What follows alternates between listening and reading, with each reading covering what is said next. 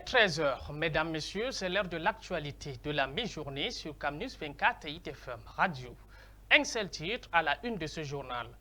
Autonomisation des femmes, la problématique était au centre d'un atelier à Lagdo dans la région du Nord. Sous l'initiative de l'ONG UNIWAT, 150 femmes ont pris part à des formations sur la saponification et la teinture. Objectif, contribuer à leur indépendance économique et favoriser le développement local. C'est tout pour les titres. Mesdames, Messieurs, une fois de plus, bienvenue dans le 13h sur Camnews 24 TV et ITFM Radio. Comme nous vous le disions, à Lagdo, dans la région du Nord Cameroun, l'autonomisation féminine prend de plus en plus corps. C'est ainsi que du 1er au 3 février 2021, 150 femmes ont participé à des formations sur la saponification et la teinture. Avec le soutien de l'ONG UNIWAT en partenariat avec Plan Cameroun International, cette démarche vise à renforcer leur indépendance économique et à favoriser le développement local. Reportage. Dans la commune de Lagdo, une initiative remarquable a pris forme du 1er au 3 février 2025. En effet, plus de 150 femmes ont eu l'opportunité de se former à la fabrication de savon et à la teinture. Un projet soutenu par UNIWAT en partenariat avec Plan Cameroun International. Cette formation s'est déroulée au Centre de promotion de la femme et de la famille, un lieu emblématique dédié à l'épanouissement des femmes. Ces sessions de formation visent non seulement à transmettre des compétences pratiques, mais aussi à renforcer l'autonomie économique des femmes de la région. Grâce à ce programme, elles acquièrent les savoir-faire nécessaires pour créer leur propre entreprise, contribuant ainsi au développement local. La fabrication de savon et de teinture représente une véritable opportunité pour ces femmes qui peuvent désormais transformer leur talent en source de revenus durables. En favorisant leur émancipation économique, cette initiative s'inscrit dans une dynamique plus large de promotion du genre et d'égalité des chances. Les bénéficiaires témoignent avec enthousiasme des compétences acquises et partagent leur vision d'un avenir meilleur pour elles-mêmes et leur famille. Cette formation est bien plus qu'un simple apprentissage. Elle est le symbole d'une volonté collective d'avancer vers un avenir où les femmes jouent un rôle central dans le développement socio-économique. Ainsi, à Lagdo, grâce au soutien du Plan Cameroun International en partenariat avec UNIWAT et à l'engagement des participants, s'écrit une nouvelle page dans l'histoire de l'autonomisation féminine. Un bel exemple d'initiative qui inspire et ouvre la voie à un avenir promoteur. Lutte contre la corruption, Douala a abrité un atelier d'évaluation de la mise en œuvre du plan d'action régional de lutte contre ce fléau. Les travaux connaissent la participation des membres de la Commission nationale anticorruption, CONAC. Zobel Apollinaire Bon nous en dit plus. La corruption demeure un problème majeur au Cameroun, notamment dans la région du littoral. Malgré les efforts du gouvernement pour la combattre, les résultats sont encore insuffisants. Le taux d'exécution du plan d'action régional contre la corruption est passé de 15,40% en 2012 à 30,24% en 2021. Mais il reste encore en deçà de la moyenne nationale qui est de 35,75%. Le chef de l'État, Paul Biya, a engagé une lutte contre la corruption en créant la Commission nationale anticorruption et en élaborant une stratégie nationale de lutte contre le fléau en 2011. Cependant, les performances de la région du littoral sont encore loin de l'objectif des 50% de réalisations planifiées. Cette fois-ci, le fait de se réunir, plusieurs acteurs pour parler de corruption peut endiguer la corruption. J'ai des doutes. Pourquoi? Parce que j'ai participé à plusieurs sessions d'élaboration de la stratégie nationale dans plusieurs secteurs, éducation, santé, infrastructure et autres, il y a quelques années. Je n'ai pas vu plus tard une réduction drastique de la corruption dans ce secteur. C'est peut-être une bonne chose qu'on en parle. C'est toujours bien que les gens se réunissent autour de la table pour parler d'un sujet. Ça aide à mieux comprendre les choses. Mais à la réalité, je ne suis pas sûr que ce soit ça qui nous manque. Ce n'est pas le fait de s'asseoir pour en parler qui nous manque, qui crée le souci, qui est le souci. Je pense que le problème est ailleurs. Le coordonnateur de l'organisation non gouvernementale Un Monde à venir pense qu'au-delà des simples rencontres, il faut penser à la mise sur pied des mécanismes de lutte contre la corruption. Quand on a fini de parler, quand on a fini de réfléchir, quand on a fini d'élaborer la stratégie, quels sont les mécanismes qu'on met en place pour l'implémentation de la stratégie? C'est ça le véritable problème dans notre pays. Mais vous sortez là, vous allez voir les policiers dans le plan d'argent, en route. C'est pas caché. Vous allez dans les bureaux administratifs, vous allez voir les gens qui sont assis toute la journée, ils prennent l'argent. Ce n'est pas caché. Alors qu'est-ce qui manque à la CONAC de mettre de vrais dispositifs incitatifs à faire reculer, n'est-ce pas, la lutte contre la corruption? C'est ça le problème. Est-ce qu'il y a une vraie volonté? Je dis que la corruption est visible au Cameroun, c'est pas caché. Hein, c'est pas caché. Qu'est-ce qui empêche que quand on voit un policier qui prend l'argent, que là il soit sanctionné, sévèrement sanctionné, qu'il soit partagé? Je pense qu'il y a des moyens qu'on n'a pas encore utilisés pour réellement endiguer la corruption dans notre pays. L'atelier de 3 jours qui s'est ouvert à Douala vise à évaluer l'exécution du plan d'action de lutte contre la corruption en 2022 et à examiner les actions opérationnelles pour 2025. Les résultats de cet atelier sont attendus avec intérêt car la lutte contre la corruption est cruciale pour le développement du Cameroun.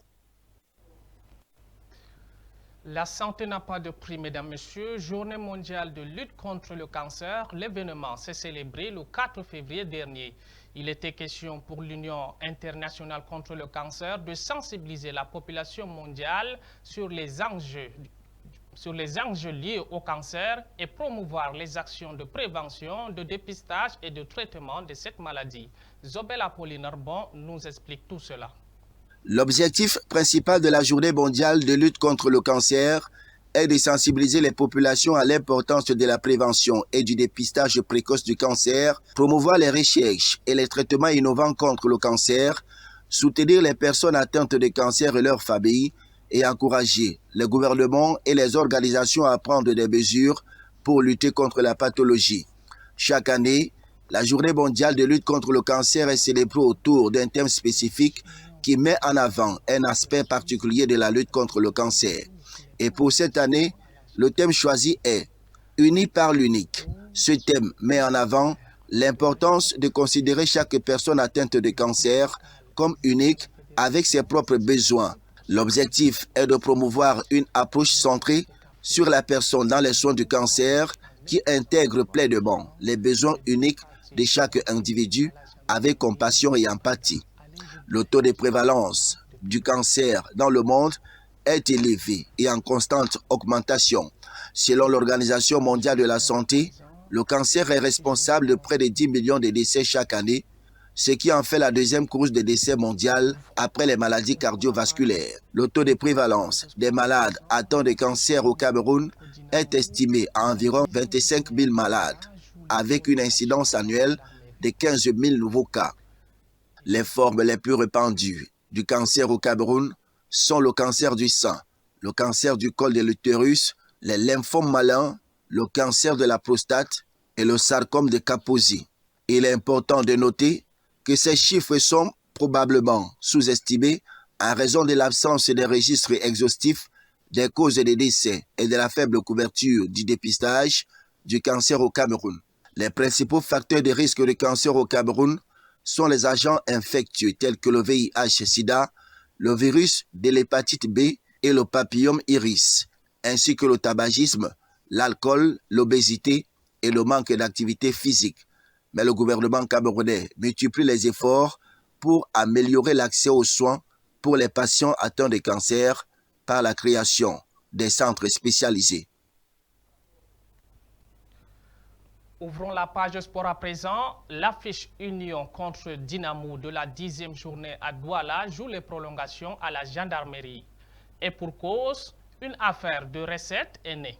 Le club local exige à la fédération ses 70% dus aux recettes du match, tandis que la FECAFOOT fait le dos rond en imposant 23%. Les deux parties ont fini à la gendarmerie de Bepanda. Aline Dida et Michel Ateba depuis Douala. Dans un communiqué publié tard dans la nuit de dimanche, le Conseil transitoire de football professionnel informe que l'Union sportive de Douala a énergiquement mais indûment revendiqué sa quote-part de recettes à hauteur de 70% de la somme totale générée par la vente des billets. Un premier argument balayé d'un revers de la main par la direction générale du club aux millions de supporters. Nous avons mobilisé tout un personnel qui travaille depuis hier, même samedi, et aujourd'hui, dimanche. Ce matin, ils sont arrivés à 10 h, on leur a demandé de revenir à midi. À midi, donc, il y a toute une équipe qui travaille. À la fin du match, après tous les pointages, Union de Douala a droit à 1 400 000. 450 000. Madame, représentant de la FECAFOOT, voulait même déjà remettre cet argent. Mais après, ce ravi, elle dit que non, il faut que j'appelle pour savoir si vraiment c'est vous qui avez organisé le match et on doit vous donner 1 400 000. Voilà pourquoi nous sommes bloqués ici depuis 18 h.